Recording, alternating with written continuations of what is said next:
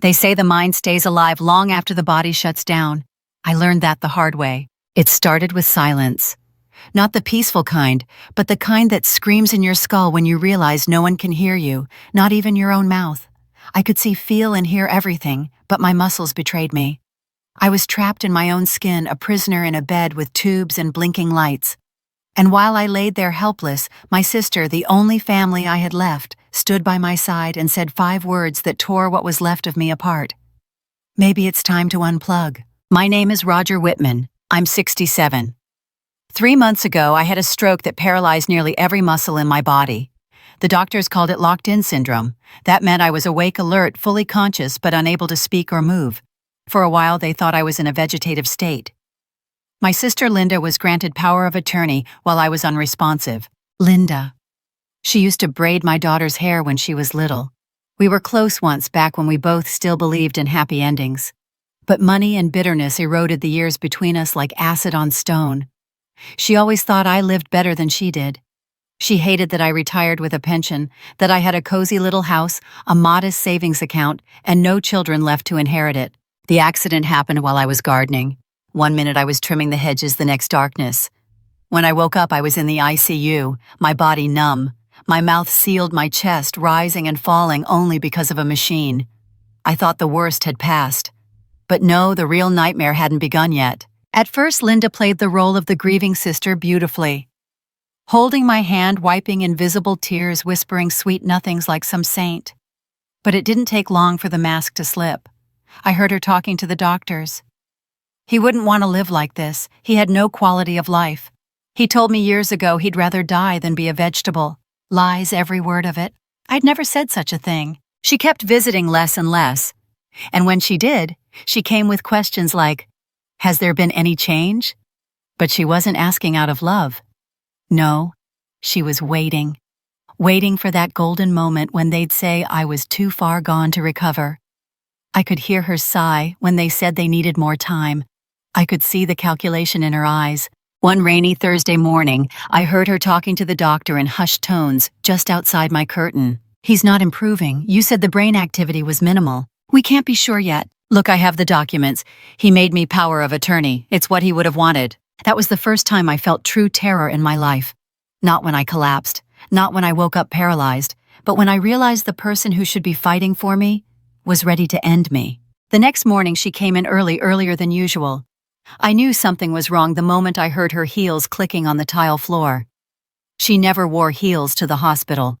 She stood at the foot of my bed clutching a manila folder. Her expression was blank businesslike, like she was closing a deal. She didn't look at me as she spoke. "Dr. Marcus will be in shortly," she said, flipping through the papers. "They'll need a final signature, then you can rest. You, rest." She said it like a gift, like it was something I should thank her for. But I wasn't ready to die. I screamed inside my head, "Don't do this, Linda. Please, I'm still here." But all I could manage was a flutter of my eyelids, and no one noticed. The nurse came in, adjusted my IV, smiled softly, and left. And still Linda stood there, organizing my death like a spreadsheet. I listened as she presented the forged documents to the doctor, fake advance directives carefully fabricated to make it look like I had chosen euthanasia. I hadn't. In fact, I had no formal documentation at all. She was counting on the silence of my body to silence my will. It almost worked. When Dr. Marcus entered, his voice was calm but hesitant. "These are serious steps, Linda. Are you absolutely sure?" She nodded quickly. "It's what he told me. Years ago. He was very clear." "Still," he said, pausing beside my bed, "we've seen strange cases. Sometimes, responses come late. I'd like to try another round of tests before making any final decisions." Linda's voice turned sharp. "You're just delaying the inevitable. You saw his scans." "I understand. But pulling life support is final. I'll request a second opinion." Her voice dropped low, venomous. "You're wasting time, resources. And frankly, he wouldn't want this circus." That was when I realized this wasn't just about my supposed wishes. She was growing impatient. Probably afraid something would change, maybe even afraid I'd recover. I stared at her with every ounce of hate I could gather. "I'm here. I see you. I know what you're doing." And still, no one saw me. Later that evening, the doctor came back along with a younger nurse I hadn't seen before. She checked my vitals, whispered something to the doctor, then looked at me curiously. "I thought I saw something, maybe just a reflex," she said. "Noted anyway," he replied. Linda rolled her eyes, pacing the room. "He twitches, so what?" "It's nothing." But I could feel something growing inside me, a surge, a twitch that wasn't random, a spark of will. The nurse looked me in the eyes. "If you're in there," she whispered, "try to blink, just once." I focused every ounce of strength I had on that single motion. My muscles trembled, my body convulsed slightly, and then I blinked. It wasn't big, it wasn't graceful, but it was real. The nurse gasped. Linda froze. Her face turned pale, her mouth slightly ajar. She stared at me as if seeing a ghost, and for the first time in months, I saw fear in her eyes. She didn't move, not a single step, just stood there, gripping her purse so tightly, her knuckles turned white. My sister, so poised, so collected, was unraveling before my eyes, and I relished it. The nurse leaned in, her voice trembling. He blinked. I saw it. Dr. Marcus immediately stepped closer. "Roger, if you can hear me, blink once." I blinked. Again. I blinked again. Linda stumbled backward and let out a dry, cracked laugh. No, it's just a nerve reaction. He's not really conscious." But no one was listening to her now. Dr. Marcus was already issuing orders.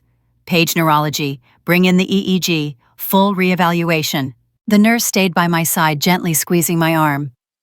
"You're safe now. We saw you. You're in there." I wanted to sob from relief, but my body didn't allow it. Instead, I blinked again. My signal to the world, I'm not gone. I never was. Linda tried to backpedal. She tried to rewrite her story mid-sentence. I wasn't trying to hurt him. I thought he told me once years ago if anything ever happened. "No legal documentation supports that," Dr. Marcus interrupted coldly.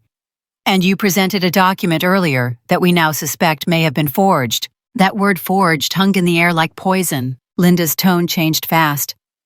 "Wait, I didn't mean look, I just wanted to do what was right.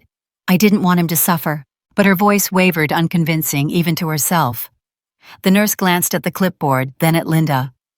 "You tried to unplug a conscious man. That's not mercy. That's murder." I blinked rapidly, not in distress, but in agreement. Let them know. Let them all know what she had done. Within the hour, a neurology team wheeled in new equipment. Electrodes attached to my scalp machines humming as they monitored every flicker of brain activity. The results were clear within minutes. Not only was I conscious, but my brain showed full responsiveness to external stimuli. "She's lying," the neurologist said bluntly after reviewing the data. "He's alert, cognitively intact. This is a classic case of locked-in syndrome." That was the final nail in her coffin. Linda started crying. Then big theatrical sobs, hands over her face. I didn't know, but I remembered. I remembered the way she laughed on the phone with her lawyer, the way she smirked as she whispered about liquidating my assets, the way she called me a waste of space when she thought I was too far gone to hear. She had known. She had simply counted on me never blinking again. Security was called.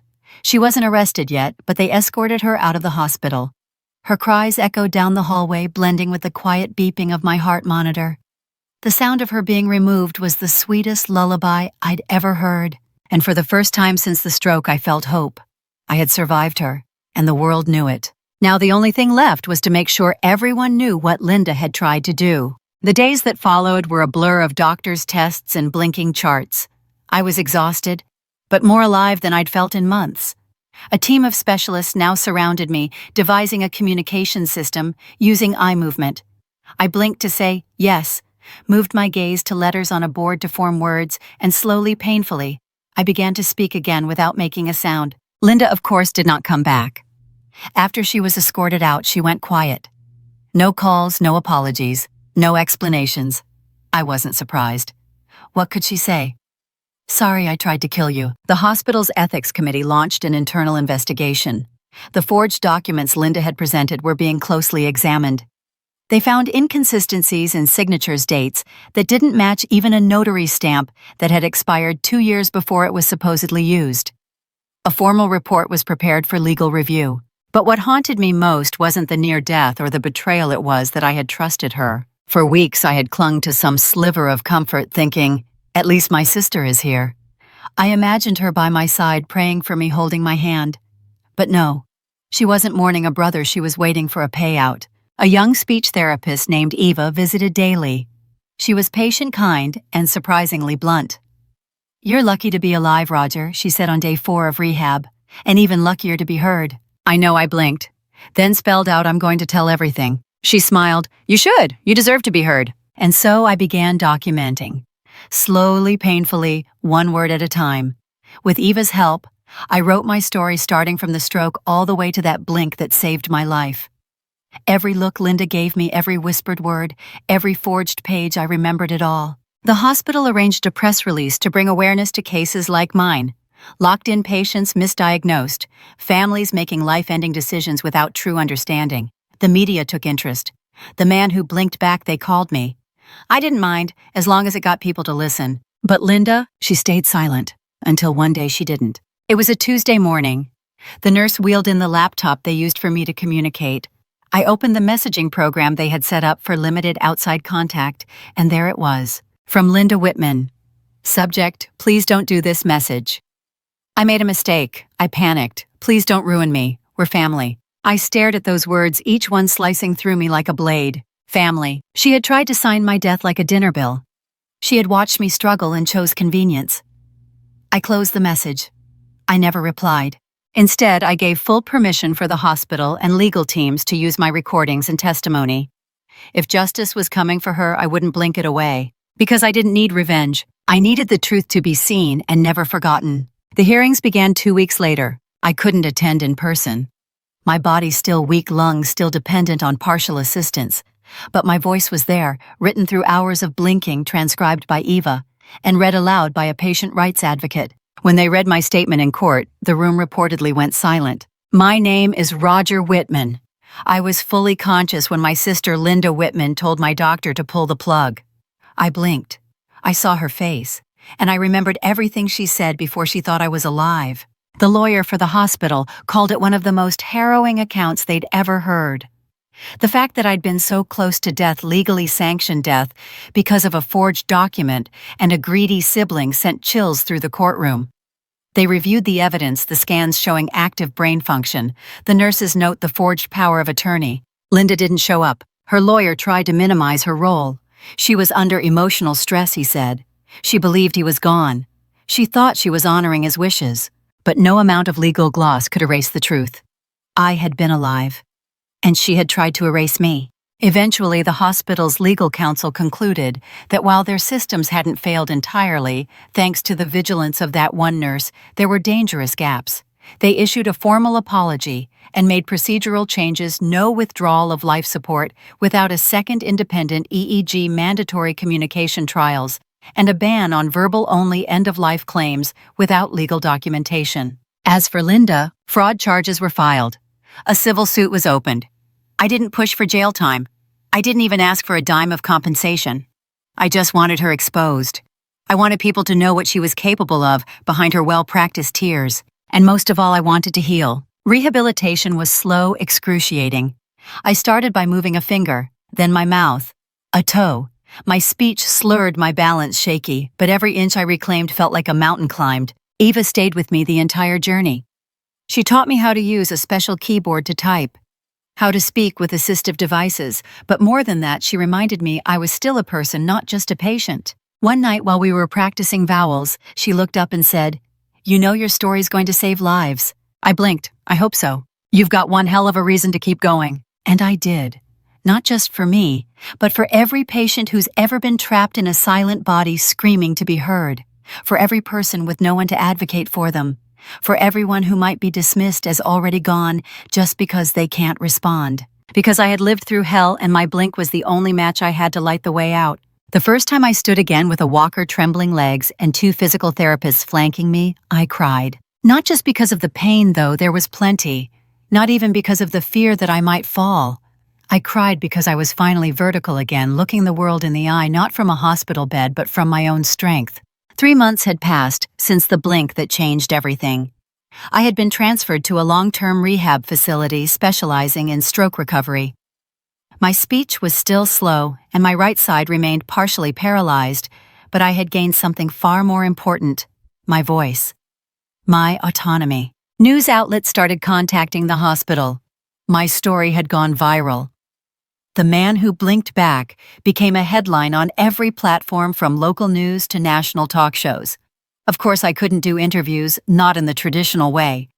But I worked with Eva to prepare a video message. In it, I sat in my wheelchair looking directly into the camera and slowly spoke each word through text-to-speech. I was alive, I was aware. But I couldn't scream. I couldn't move. My sister tried to end my life for money. But one blink saved me. The message was shared millions of times. Letters poured in. People from all over the world, stroke survivors, families of brain injury patients, even doctors wrote to say thank you. One man from Italy wrote, "Because of you, I had them run a second EEG on my wife." She blinked too. That letter alone made everything worth it. As for Linda, her trial was scheduled for the fall. She disappeared from social media, cut ties with most of the family. My niece, her daughter, sent me a quiet apology. I didn't know she wrote. I don't want to be like her. Good, I thought, because no one should be like her. I never got another message from Linda. No apology, no explanation, nothing. And that silence suited me just fine. She had spoken enough lies for one lifetime. I didn't need to hear any more. In early spring, they let me go home. It wasn't the same home I left the day I collapsed. I needed ramps now, specialized equipment, and in-home care. But it was mine. And more importantly, I was mine again. Every morning I sat by the window, a hot cup of coffee beside me, and stared out at the garden I once collapsed in. I had plans to return to it one day. Not yet, but someday. Because now every breath felt like defiance. Every word a miracle, every blink a second chance. And I had no intention of wasting it. If you've made it to the end of my story, thank you for listening, for caring, and for remembering that a silent body does not mean a silent soul. My journey was never just about surviving my sister's betrayal. It was about reclaiming dignity, about teaching others that consciousness isn't always visible, that human value isn't measured by movement or speech. If you have a loved one in a hospital bed, don't assume the worst. Talk to them. Look them in the eyes. Hold their hand. Sometimes the smallest response, a blink, a tear, a flicker, can mean everything. Believe in them when they can't ask you to. And if you're ever given power over someone else's life, wield it with reverence, not convenience. Mercy and murder wear the same face if guided by greed.